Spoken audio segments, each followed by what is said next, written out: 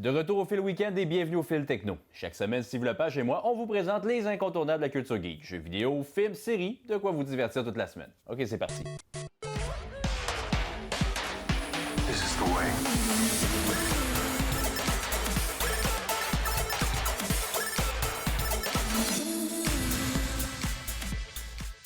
On en parle depuis plusieurs années et là, on a enfin eu droit à une bande-annonce officielle du film de Mario. Oh, I'm sorry.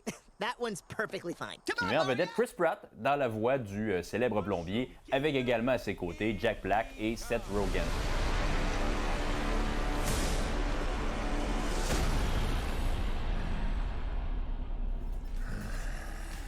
D'ailleurs, parlant de Mario, il y a toute une sommité qui est de passage du côté de Québec en fin de semaine. Alors, si vous êtes à Québec présentement, Charles Martinet, qui est la voix officielle de Mario depuis des années, est de passage au centre des congrès. Vous pouvez passer, essayer d'avoir un autographe ou l'entendre faire une imitation de son célèbre personnage.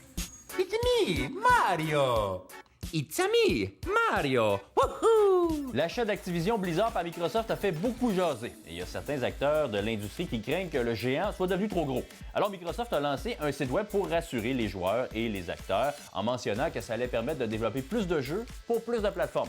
Mais bon, il y a des gros joueurs comme Sony qui, eux, sont sans doute pas très rassurés. Eux qui craignent de perdre des gros morceaux comme, par exemple, Call of Duty. Cet automne, vous ne pourrez pas échapper aux frissons.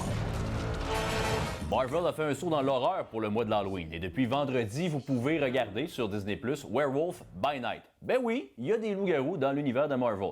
Et des vampires aussi d'ailleurs, parce que je vous rappelle que le remake de Blade est prévu pour novembre 2023. Bonne chance à tous, et comme le dit l'expression, rien ne sert de pourrir. Ah, les fameux problèmes de prise pour brancher ces appareils. On s'est tous déjà gratté la tête en se demandant comment on allait faire pour recharger notre téléphone parce qu'on n'avait pas le bon fil. Mais là, le Parlement européen a décidé de légiférer en forçant tous les téléphones qui vont être vendus dans les pays de l'Union européenne à être munis d'un port USB-C. Vous savez, le port qu'à peu près tout le monde a, mais mettons pas Apple. D'ailleurs, justement, je suis pas sûr que Apple va être très content, d'autant plus que ça risque d'inciter des pays, par exemple en Amérique du Nord, à suivre le pas.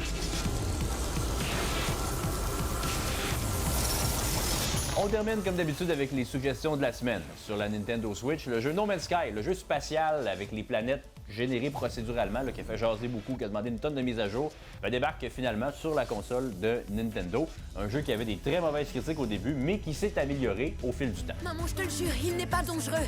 C'est un crocodile. Ok, oui, les crocodiles peuvent broyer les os et ils aiment la chair humaine. Mais lui, il n'est pas comme ça, il porte un foulard.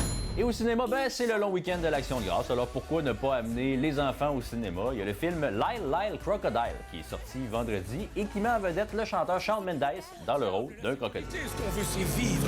Et la vie est une affaire dangereuse. Et voilà, c'est tout pour votre fil techno. On se voit la semaine prochaine.